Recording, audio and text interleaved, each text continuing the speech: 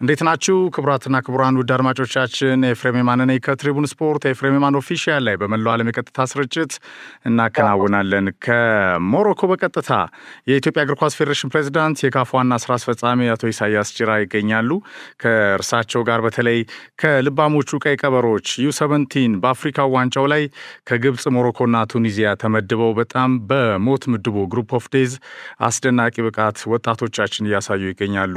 ልባሞቹ ቀይ ቀበሮች በተለይ ደግሞ የመጨረሻው የቅዳሜ ጨዋታ ምናልባትም 90 ደቂቃ ከዓለም እግር ኳስ ዋንጫ ፊት ያደርሳቸዋል። ሞዛምቢክን ማሸነፍ የሚችሉ ከሆነ ከግብጽ 0-0 እንደዚሁም ከሞሮኮ 1-0 እስከ ረፍት መርተው ሰከንድ ሃፉ ለ1 ያለቀ ከፍተኛ የዳኝነት ስህተት ጭምር የነበረበት ነው። ቱኒዚያን ደግሞ በከፍተኛ ተጋርሎ 1-0 በማሸነፍ ከምድባቸው ቢቀሩም የመጨረሻው ትልቁ ታርጌት በኳታሩ የዓለም ወጣቶች ሻምፒዮና ዩ17 ላይ ለመካፈል የመጨረሻ 90 ደቂቃ ይቀራቸዋል። እነዚህ ወጣቶች በተለይ ይሄ ቡድን እንዴት ተሰራ? እነዚህን ወጣቶች ስናይ ለኢትዮጵያ እግር ኳስ ተስጦ በተለይ የኢትዮጵያ እግር ኳስ ላይ የተስጦ ድሃ እንዳልሆነ አንዱ ማረጋገጫና ማሳያ ነው። የኢትዮጵያ እግር ኳስ ፌዴሬሽን በተለይ በዚህ ቡድን ግንባታ ላይ ታላቁን የአንበሳውን ሚና በመወጣት ለዓመታት አብሮ ጸንቶ የቆየ ነው። በተለይ ፕሬዝዳንቱ አቶ ኢሳያስ ጅራ በፓይለት ፕሮጀክቶች የተሰባሰቡ ናቸው። ከብዙ ቴክኒካል ሰዎች ጋር ፌዴሬሽኑ ነው ይህን ቡድን ጠብቆ እዚህ ያደረሰው። የነገ ግብ ማሳያም እንደሚሆን ይጠበቃል። ከልባሞቹ ወጣቶች ከዩ17 የአፍሪካ ዋንጫ አድቬንቸር ጋር በተያያዘ ከፕሬዝዳንት ኢሳያስ ጋር ከኢትዮጵያ እግር ኳስ ፌዴሬሽን ፕሬዝዳንት አቶ ኢሳያስ ጅራ ጋር የአጠር ያለ ቆይታ እናከናውናለን። እንድትከታተሉ እንጋብዛለን። በዚህ አጋጣሚ ኤፍሬም የማነ ጤና ይስጥልኝ። አለን ከሞሮኮ በቀጥታ ነው ስልክ መስመራችን። ጊዜ ወስደናል፣ እናመሰግናለን። በዚህ አጋጣሚ በብዙ አድማጮቻችን ስም እናመሰግናለን። ልባሞቹ ቀይ ቀበሮች በተለይ በዩ17 የአፍሪካ ዋንጫ ላይ በጣም በርካቶችን እያነጋገሩ ይገኛሉ። የኢትዮጵያ እግር ኳስ የተስጦ ድሃ እንዳልሆነ ማረጋገጫውንም ሰጥተዋልና እንደው በዚህ አጋጣሚ ምስጋና እናቀርባለን በስፖርት ቤተሰቡ ስም። አቶ ኢሳያስ ጅራ በዋናነት በፓሽን ይህንን ቡድን ለዓመታት ጠብቆ ከምልመለው አንስቶ በፓይለት ፕሮጀክት በአራቱም የኢትዮጵያ አቅጣጫዎች የነበሩና የተሰባሰቡ ናቸው። ብዙ ነገሮችን ለማንሳት ጥረት እናደርጋለን በተወሰነ ደቂቃ። እንደው እስቲ ይሄ ቡድን እንዴት ተሰራ ከሚለውን ጀምር። የመጨረሻ 90 ደቂቃ ከዓለም ዋንጫው ፊት ቀርቶናል፣ ስለሱም እናነሳለን። የዚህ ቡድን ግንባታ ከምን ጀመረ? ከዚህን ጀምር እስቲ አቶ ኢሳያስ። እንደምሳው ሰምቸው የሰጣቸው ስም በጣም ተመችቶኛል። ልባም ናቸው ልጆቹ በጣም አመሰግናለሁ። እንግዲህ 4 ዓመት ከምናምን አልፎታል። በሙከራ ፕሮጀክት ጀምረን በቴክኒካል ዲፓርትመንቱ አማካኝነት በየቦታው ሁሉም ለክልሎች እድል ሰጥተን ታለንት አለበት ወደሚባለው አካባቢ የክልላቸው ውስጥ ለየዞኑ 2 አንድ በወንድ አንድ በሴት እንደሰጡ ያደረግነው። ያ ከሆነ በኋላ ሮድ ማፑን ፓዝዌይ ዴቨሎፕ ፓዝዌይ ተዘጋጅቶ እነኝህ ልጆች ለሚያሰለጥኑት አሰልጣኞች ስልጠና ተሰጠ።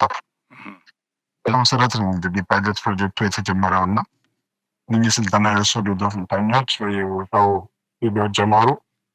የፕሮጀክቱ ሞቶ መጀመሪያ አንድ ኳስ ለአንድ ሰንታኝ ብለን ነው የጀመርነው። ይህንንም ከሞዛምቢክ ወደ 1200 ምናምን ኳሶችን ገዝተን እያንዳንዱ ቦታ በአካል ተገኝተን ነው የሰጠናቸው።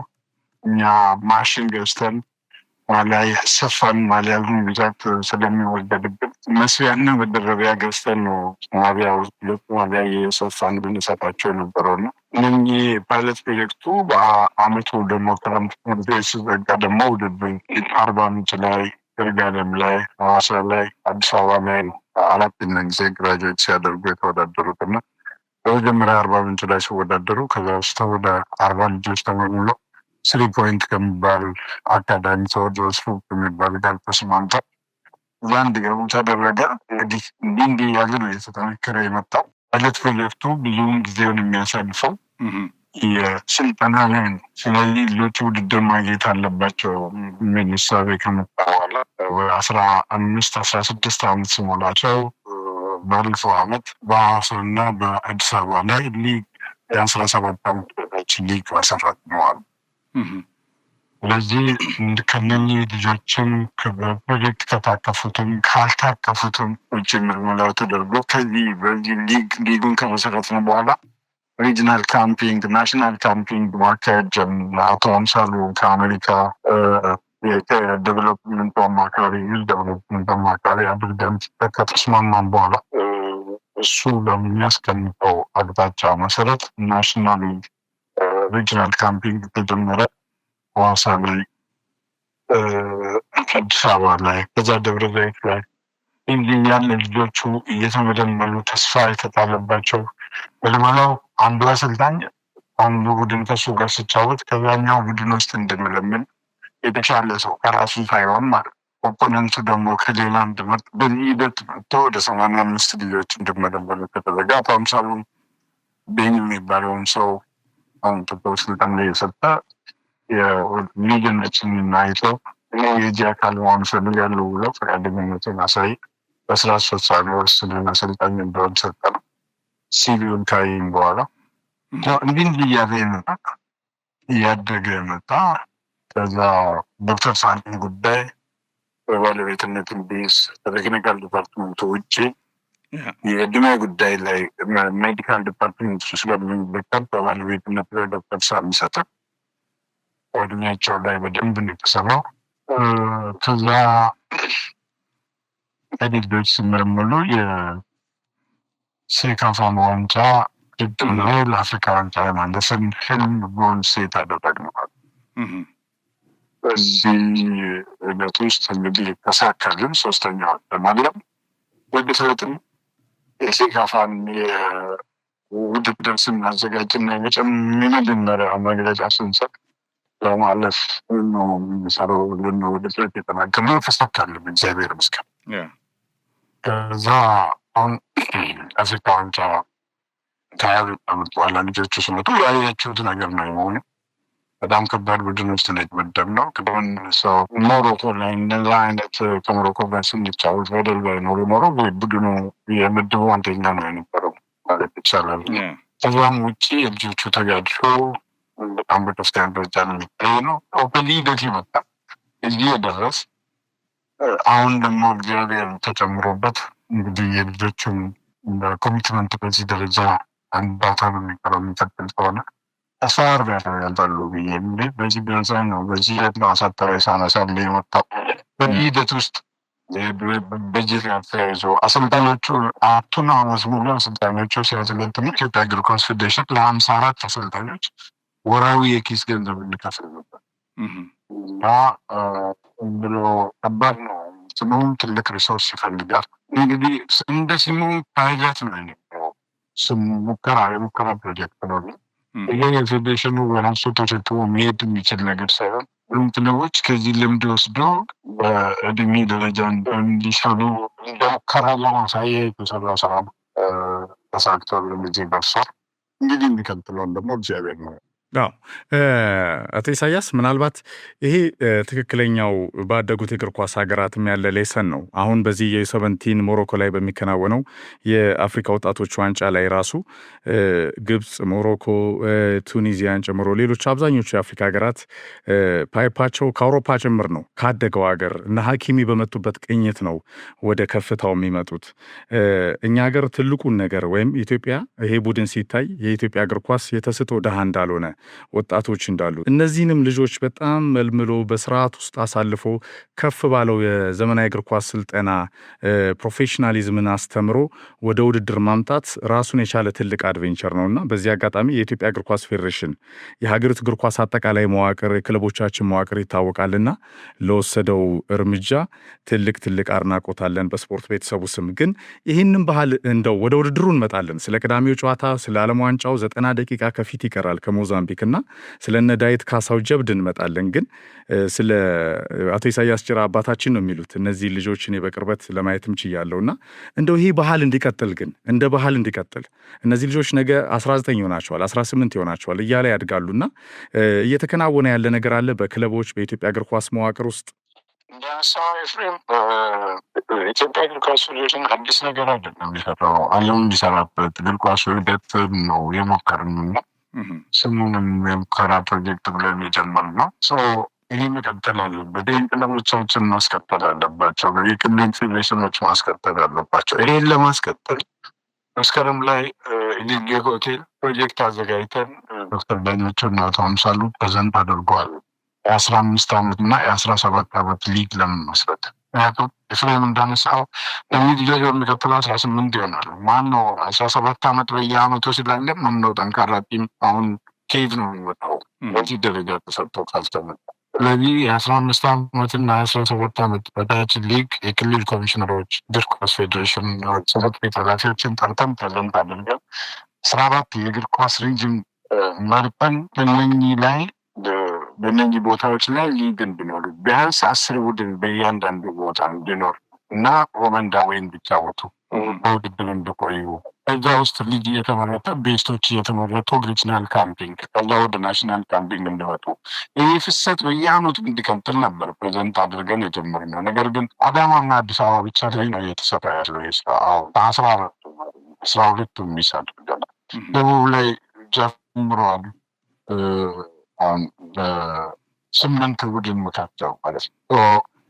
ከዚህ ከ14 የእግር ኳስ ሪጅን 3 ብቻ ሊያገኝ ጀመርክ ማለት ብቻ ነው። ይህ በየአመቱ እንደዚህ ነው መቀጠል ያለበት። በየአመቱ ከ15 ዓመት በታች ልጅ ያለ ይመጣል። እድሜ እኛ የማራ እንሰራለን ብለን ለዚህ በእድሜ እነኚሁ ልጆች ናቸው ነገ አድገው ዋናውን ብሔራዊ ቡድን ደግሞ የሚገቡ አሁን ሞሮኮ ጋር ግብጽ ጋር የተጫወቱ ኒቪያ ጋር የተጫወቱ ልጆች እነኛም ሲያድጉ እንደም ለብሔራዊ ቡድን ደርሳሉ እኛም ይደርሳሉ። ስለዚህ ይታወቃሉ። ቀጥቷል። በዚህ ደረጃ ነው ፍሰቱ መቀጠል የሚገባውና ፌዴሬሽኑ አውርደናል፣ ፕሬዘንት አድርገናል፣ እሺ ብሎ ተቀብሎ ነገር ግን ደግሞ 3 ቦታ ብቻ ላይ ነው እየተሰራ ያለው። ሶርስ ጠይቃል እናውቃለን። አሁን የአዳሙን በብልጥ ሰፖርት እናደርጋለን። የዳኛን ምናምን ከፋብልን ያቻውን ሰፖርት እናደርጋለን። እሱ ወስደን ተከፋብለን የወጣ ነው። ግን ውጤታማ የሆነ አይደለም እና ይሄንን ኢንተርቪው የሚሰማ አካል የቤት ስራውን በደንብ መወጣት መቻል አለበት። መልዕክት ነው ማስተላለፍ የሚፈልገው። ምክንያቱም አንድ ቦታ ተቋርጦ ከቀረ በየአመቱ አሁን ለምሳሌ የአፍሪካ ዋንጫ አለ፣ የዓለም ዋንጫ አለ። ማጣሪያ አንደር 17 በየአመቱ ፊፋ በየአመቱ አድርጓል። አሁን በኋላ ደግሞ አሁን ፊፋ በሚቀጥለው አመት ጀምሮ ደግሞ በዚህ በ2026 211ዱም ሀገራት የሚሳተፉበት አንደር 15 አለ። ሲስተሙ ገና ይሰረቃል ማለት በየአመቱ።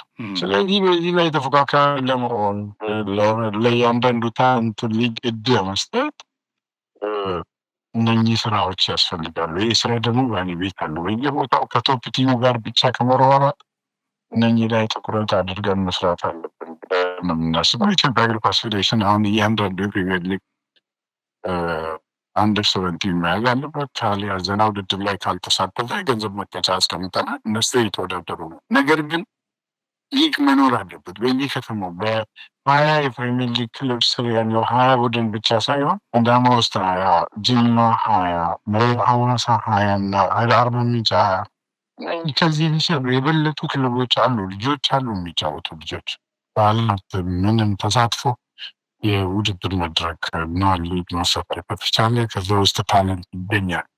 ቫለንታሪ ሊስታ የሚያደርግ ዲፓርትመንት አቋቁሙና ከዛ ውስጥ ይገኛል። በዚህ መሰረት መስራት ካልቻለ አሁን ይህም ብልጭ ብሎ ነው የሚጠፋው። በዚህ ላይ ትኩረት ማድረግ ያስፈልጋል። ትልቅ ነጥብ ነው።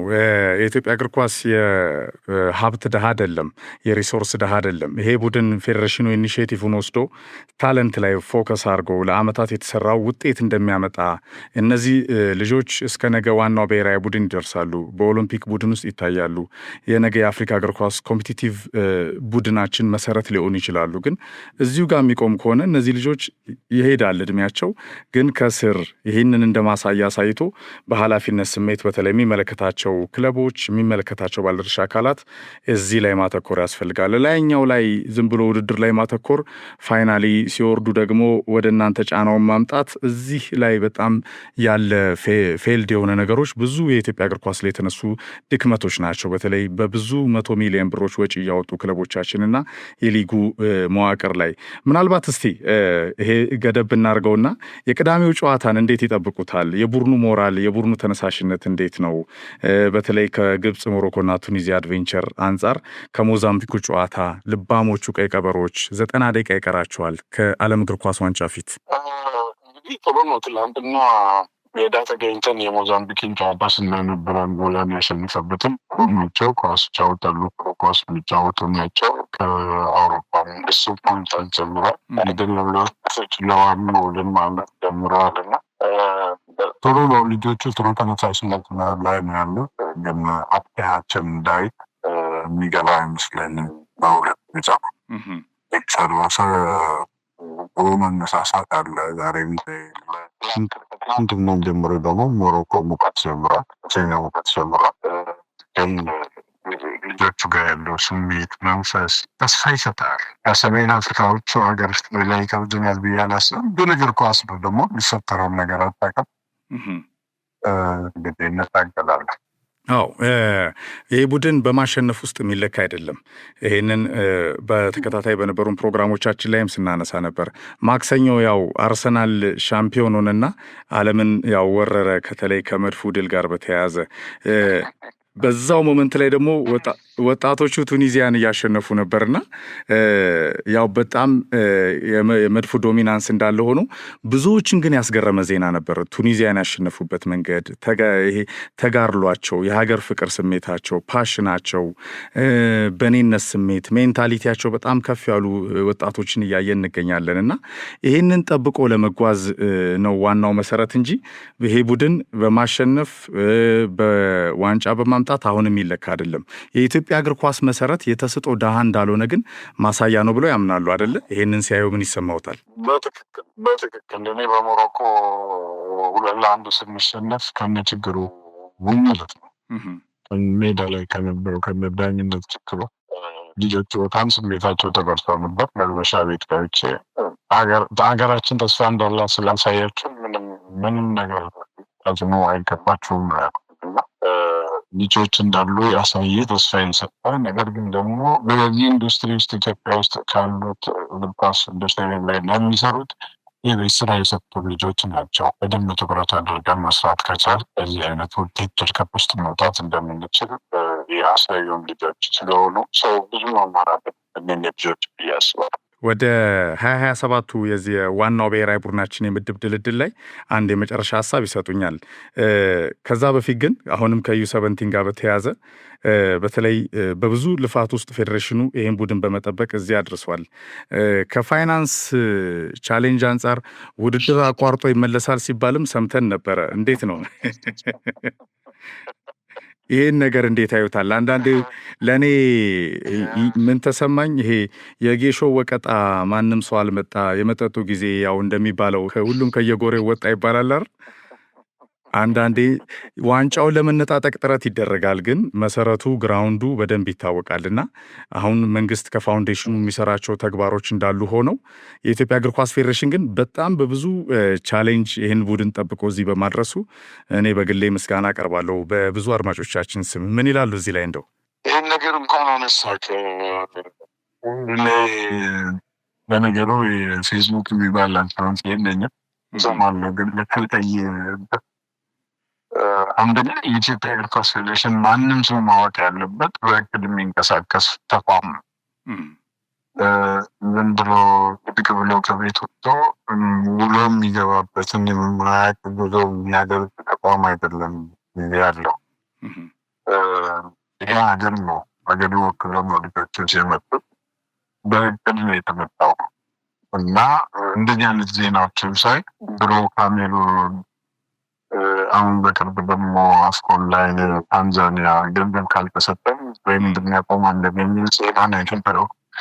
አሁን ደግሞ በብዙ ጥረት ኢትዮጵያ ትገባለች የሚል ዜና ሳይ በእውነት በጣም ያዘንኩት። ምክንያቱም ይህ የሀገርን ክብር መንሳት ነው። ይህን የሚጽፉ ሰዎች እኔ ዝም ብሎ እንደ ፈላስፋ አላየው። በኋላው ምንድን ነው ያለው የሚለውን ማየት ያስፈልጋል። ምንድን ነው የተፈልገው የሚለውን ማየት ያስፈልጋል። ስለዚህ በእቅድ ነው የመጣ ነው፣ በእቅድ ነው የተንቀሳቀስን ያለ ነው አይደለም። እዚህ ልጆቹን የምናስቀምጥበት አውሮፕላን ቢገባ በ7 ሚሊዮን ገዝተን እኮ ነው ይዘናቸው የመጣ ነው። ለምንድን ነው ታዲያ ገንዘቡ ጋር ቤት ውስጥ የሚወረወረው? እዚህ በእቅድ ከሌለ እናጠይበት አቅም ከሌለ ለምንድን ነው የሚጣለው ገንዘቡ?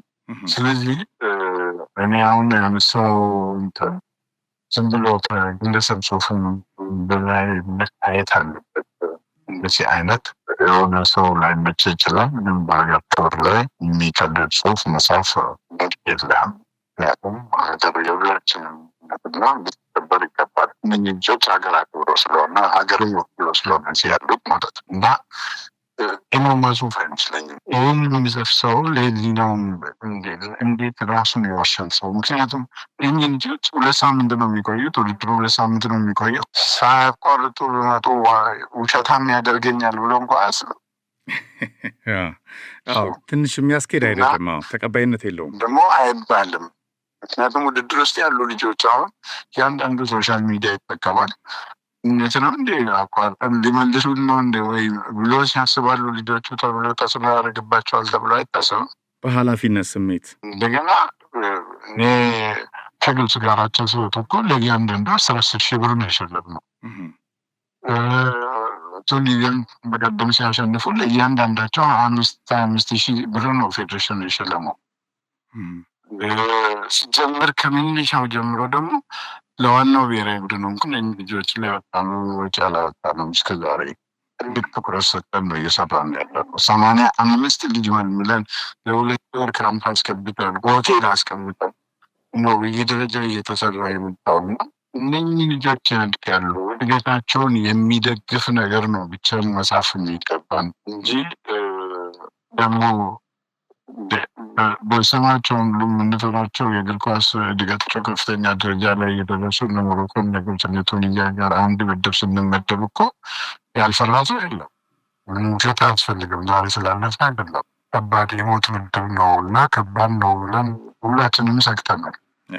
ግን እዛ ውስጥ ተፈትኖ የወጣን ቡድን በዚህ ጋር እንቆዩ ማድረግ አያስፈልግም። ምክንያቱም መደገፍ ነው የሚያዋጣን በዚህ ጊዜ አያስኬድም። ብዙ ያው ያነሳነውም ተቀባይነት የሌለው ጉዳይ ነው። በኃላፊነት ስሜት በተለይ ደግሞ እነዚህ ወጣቶች ገና ከ17 ዓመት በታች ናቸው። ብዙ መጠበቅ አለባቸው። ውሏቸው፣ ትምህርታቸው፣ ሜንታሊቲያቸው በዚህ ደረጃ 130 ሚሊዮን ህዝብ ወክለው ከአረንጓዴ ቢጫ ቀዩ ሰንደቃችን ጋር ምን ማሳየት እንደሚችሉ በፓሽን አይተናል። ለዚህ ነው ልባሞቹ ቀይ ቀበሮች ያልናቸው። ይሄ በትልቁ የዓለም ዋንጫ ስኬት እንዲጠናቀቅ በዚህ አጋጣሚ መልካም እድል እንመኛለን።